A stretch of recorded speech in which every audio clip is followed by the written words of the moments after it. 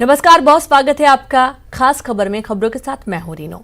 दृष्टिबाधित एक छोटे से गांव की है, एक उनमें प्रतिभा और इच्छा शक्ति है और उन्होंने अपनी प्रतिभा से देश ही नहीं अंतर्राष्ट्रीय स्तर पर अपना लोहा मनवाया है। जी हां, हम बात कर रहे हैं जबलपुर के सिहोरा के गांव की जानकी की, जो जूडो की खिलाड़ी है। आप भी देखिए पूरी रिपोर्ट। जापानी मार्शल आर्ट जूडो के दांव पेच सिखाती जिस लड़की को आप देख रहे हैं वो कोई सामान्य लड़की नहीं है। वह एक अंतर्राष्ट्रीय पहचान की पैरा जूडो खिलाड़ी है। नाम है जानकी। जानकी बचपन से दृष्टिबाधित है। इसके बावजूद उन्होंने जूडो के खेल में देश और अपने प्रदेश का नाम रोशन किया। उन्हें हाल ही में एमपी सरकार ने विक्रम अवार्ड से सम्मानित किया है। एक अंतर्राष्ट्रीय स्तर की खिलाड़ी होने के बावजूद जानकी आज बदहाली में जी रही है।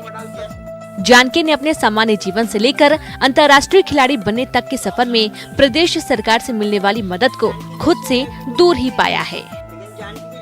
हम इतना खेल में जुड़े और हम लोग इतना बाहर गए, हम लोगों को 1 रुपया नहीं दिया। और हरियाणा लखनऊ की लड़की लोग को अभी खेल होती, हम लोगों को 5-5, 10-10 लाख मिलता, हम लोगों को तो 1 रुपया नहीं मिला। तो हम लोग यही निवेदन करते हैं कि हम लोगों को कुछ मिला, राशि वगैरह और नौकरी मिला। देश का नाम अंतर्राष्ट्रीय स्तर पर रोशन करने वाली जानकी को आज भी टूटे और जर्जर घर में ही रहती है। उनकी कोई बड़ी तमन्ना भी नहीं है। वह सरकार से सिर्फ इतना चाहती हैं कि उन्हें या उनके परिवार के किसी सदस्य को नौकरी या कुछ हजार की पेंशन वगैरह मिल जाए, ताकि वह अपना जीवन जीते हुए देश का नाम आगे भी रोशन करती रहे। कोई मतलब मजदूरी काम करते हैं, हम लोग जूडो खेलते हैं, कोई सरकार अभी तक मदद नहीं करी है। हम सोचते हैं कि सरकार कुछ मदद कर दे तो हम लोग अपने मतलब थोड़ा बहुत पेंशन जैसे बन जाए कि मतलब हम तो समझते हैं कि मतलब महीने में 10,000, 10,000, 15,000 ना मिला, 5,000 मिले तो हमारे खर्चे भर के लिए और हमारा घर चलने के लिए हम मिल जाए तो क्या बहुत अच्छा रहेगा। इतनी परेशानियां झेलने के बावजूद भी जानकी खुद को कभी कमजोर नहीं मानती। वह अपने जीते हुए मेडल दिखाती हैं और उसे ही अपनी हिम्मत मानती हैं। दृष्टिबाधित जानकी ने सिर्फ 5 साल के करियर में कई पदक हासिल किए। वर्ष 2016 में जूडो सीखा और पदक जीतने की शुरुआत हुई। वर्ष 2016 लखनऊ में आयोजित पैरा जूडो नेशनल प्रतियोगिता में सिल्वर पदक। वर्ष 2017 गुड़गांव में आयोजित पैरा जूडो नेशनल प्रतियोगिता में स्वर्ण पदक। वर्ष 2018 उज्बेकिस्तान में आयोजित पैरा जूडो अंतर्राष्ट्रीय ओलंपिक में कांस्य पदक। वर्ष 2019 टर्की में आयोजित पैरा जूडो अंतर्राष्ट्रीय प्रतियोगिता में स्वर्ण पदक। इसके अलावा राज्य स्तरीय कई प्रतियोगिताओं में दर्जनों पदक जीते गए। जानकी के दर्द से विक्रम अवार्ड से सम्मानित तीरंदाज मुस्कान भी दुखी हैं। मुस्कान का भी कहना है कि जानकी को एक आशियाना सरकार उपलब्ध कराए ताकि उसे बदहाली की जिंदगी में गुजर बसर ना करना पड़े और आगे भी वह देश के लिए ऐसे ही पदक जीते। हमारी जो साथी है जानकी बाई को, जिन्हें विक्रम अवार्ड मिल रहा है, तो उनकी आर्थिक स्थिति ठीक नहीं है। जैसा कि उन्होंने पैरालंपिक में कांस्य मेडल जीता, उनको सम्मानित किया, फिर उसके बाद सब उनको भूल गए। तो मैं सरकार से यही अपील करना चाहूँगी कि जानकी देवी को स्टेट गवर्नमेंट नौकरी दी जाए और उनकी आर्थिक स्थिति सुधारी जाए। जानकी के दर्द को समझते हुए जबलपुर के संभागीय कमिश्नर महेश चंद्र चौधरी ने आर्थिक मदद के साथ ही घर और दूसरी चीजों के लिए राज्य सरकार को प्रस्ताव भेजने की बात कही। तो सांसद राकेश सिंह ने भी सीएम शिवराज से बात कर हर संभव मदद देने की बात कही। जो दयनीय दशा से निकल करके और जानकी ने किया है वो जितना प्रशंसा की जाए उतनी कम है, लेकिन वर्तमान में जो हालात हैं उसमें हम जिला प्रशासन को निर्देश देंगे कि वो जानकी को पूरी तरह से संवर्धन उनका करें। आर्थिक रूप से जो तंगी है वो कैसे दूर हो सकती है, मकान की व्यवस्था कैसे हो सकती है, इस संबंध में जिला प्रशासन जो है इसमें उनको सहयोग करने का काम करेगा। ये सब बातें बहुत देर से ध्यान में आती हैं और स्वाभाविक है कि कोई इतना ऊंचे स्तर का खिलाड़ी हो जिसने गौरव प्रदेश को, शहर को, जिले को दिया हो, तो उसकी चिंता भी होना चाहिए और ये बात ध्यान में आई है। मैं उसके संदर्भ में माननीय मुख्यमंत्री जी से और जो भी आवश्यक चर्चाएं होंगी वो करके उनकी समस्याओं का निराकरण हम करेंगे।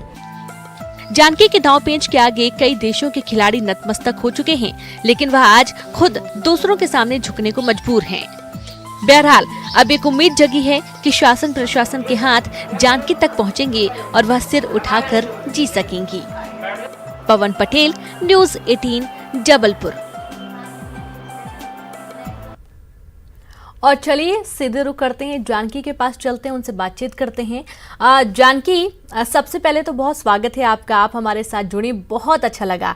अब अंतर्राष्ट्रीय स्तर तक आप खेल कर आई हैं, देश का नाम रोशन किया, प्रदेश का नाम रोशन किया। आपसे जानना चाहेंगे किस तरीके की ये दिक्कतें हो रही हैं। एक बात और जानना चाहेंगे कि अचानक से अभी आप सामने आ रही इन बातों को लेकर, क्या ये लॉकडाउन की वजह से स्थितियां ज्यादा खराब हुई हैं? जी मैम, कहीं जाने को नहीं मिलता है और घर ही में रहते हैं। और लॉकडाउन लगा है, सिहोरा जैसे हमारे टीपी और हैं और शर्ट से बर्तन संस्था है, इन लोगों के पास आने जाने के लिए टाइम नहीं मिलता।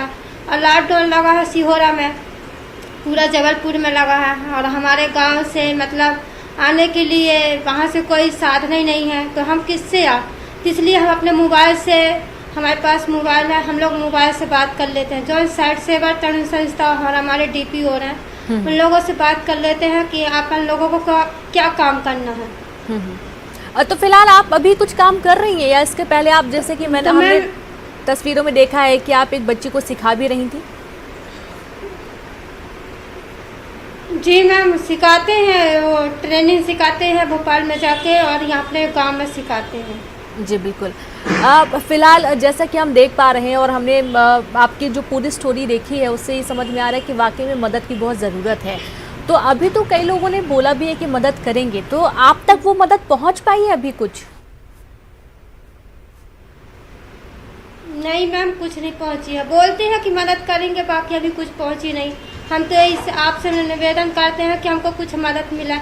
हम भी कोई छोटे मोटे गांव की गरीब लड़की हैं, कोई हमारे घर में सदस्य कोई काम नहीं कर पाता है, सब कोई मजदूरी करते हैं और हमारी मम्मी विकलांग है पैर से, और हमारे भैया घर काम करते हैं और हमारे पापा भी मजदूरी करते हैं। ऐसे ही हमारे छोटा मोटा मजदूरी कहीं लग गया तो करते हैं, नहीं लगता तो बैठे रहते हैं। जब लगता ही नहीं है तो क्या करेंगे। अब लॉकडाउन की वजह से काम ही नहीं लग रहा था तो घर में बैठे रहते रहे। जी, फिलहाल आपकी सरकार से क्या मदद की गुहार है, आप क्या कहना चाहती हैं सरकार से? मैम, मैं तो सरकार से यही मदद मांगती हूँ कि मेरे को कितना इंटरनेशनल चार नेशनल खेल चुकी और नेशनल में मैंने 3-6 खेल चुकी, तो मेरे को कुछ तो फायदा होना चाहिए कि क्योंकि जब मेरे को कुछ नहीं मिलेगा तो मैं तो ब्लाइंड हूँ, मैं कुछ कर नहीं सकती हूँ।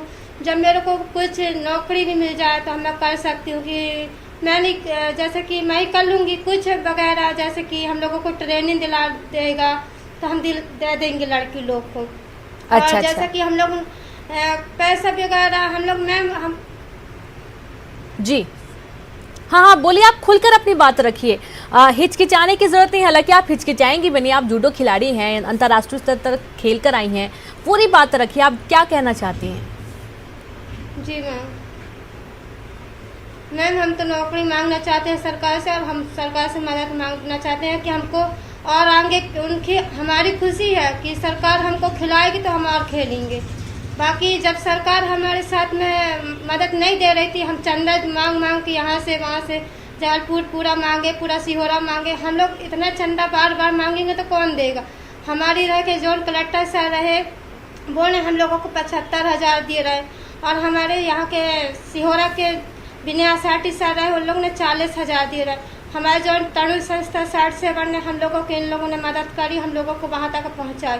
अब हमारे पास पैसे नहीं है तो हम कैसे जाए, सरकार कुछ मदद देगी तो हम क्यों नहीं जाएंगे। हरियाणा, झारखंड और यूपी की लड़की लोग और लड़के लोग खेलते हैं तो उन लोगों को 40-40, 50-50,000 मिलता है। हमारे इधर तो कुछ नहीं मिलता है। हम लोग खेलेंगे तो क्या मिलेगा। तो मैम, हमें निवेदन करते हैं आप भी से कि हमको कुछ मिला तो हम भी आगे बढ़ें।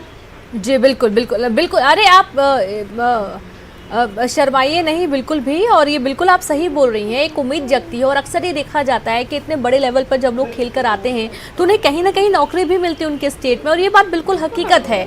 और फिर आपको तो नौकरी बहुत पहले मिलना चाहिए, क्योंकि आपने अपनी कमज़ोरी को ही अपनी मजबूती बनाकर इतना आगे गई आप, और इतना महिला सशक्तिकरण का आप एक बहुत बड़ा उदाहरण भी हैं। लेकिन फिर भी यदि सरकार की तरफ से आपको मायूसी मिली है तो हमारी पूरी कोशिश रहेगी कि आपकी बात सरकार तक पहुंचे और सरकार इस चीज़ को देखे, समझे और ये भी समझे कि एक ऐसा खिलाड़ी जो इंटरनेशनल लेवल पर खेल कर आया उसके बाद उसकी माली हालत क्या है। तो ये बहुत अहम है कि आपको रोज़गार एक मिलना चाहिए, और ये बहुत अहम भी है। जानकी जी, आपसे यदि आपको मेरी आवाज़ आ रही है, आप मुझे सुन पा रही हैं? यदि आपको मेरी आवाज़ आ रही है तो घर में कुल कितने लोग हैं आपके यहाँ? क्या घर का भार आपके ऊपर है? आपको पूरा घर चलाना होता है? नहीं मैम, मेरे घर में 7 है, मतलब 8 फैमिली होते हैं जी। 8 फैमिली में मेरे छोटी सी भाभी की गुड़िया है और मेरे भैया 2, मतलब 2 भैया 2 बहन है और मेरी भाभी मम्मी पापा। जी जी। ऐसा कुछ सोचा है आपने कि आगे चल के आप भी एक ट्रेनिंग कैंप जैसा कुछ चलाएंगी, लड़कियों को सिखाएंगी, जूडो सिखाएंगी? जी मैम, मैं तो सोची हूँ कि मेरे को कुछ मिल जाए तो मैं भी सिखाऊंगी। अपने सिहोरा जिला में मैंने ट्रेनिंग मांगने के लिए मैंने एक ऑफिस भी मांग लूँगी यहाँ सीओ सर से, तो वहीं जाके खिला भी सकती हूँ, ट्रेनिंग दिला भी सकती हूँ। हमारे जो भोपाल में दिलाते हैं तो हम लोग 10-15 दिन से आगे से गए, हमसे कुछ बनता है नहीं बनता है, तो हम लोग तो मतलब खेल चुके हैं। और पुरानी लड़की जो नई लड़की जाती है उन लोगों से नहीं बनता है, जाके नेशनल में खिला दिए। जब किसी का मेडल ही नहीं आएगा तो फिर बोलेंगे कि मेडल नहीं आए।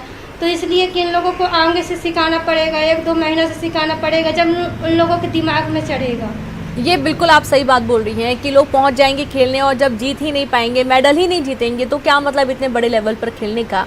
बहुत अच्छा है, और हमारी पूरी कोशिश है कि सरकार आपकी ये बात सुने और आप तक हर मदद पहुंचाने की पूरी कोशिश भी रहेगी।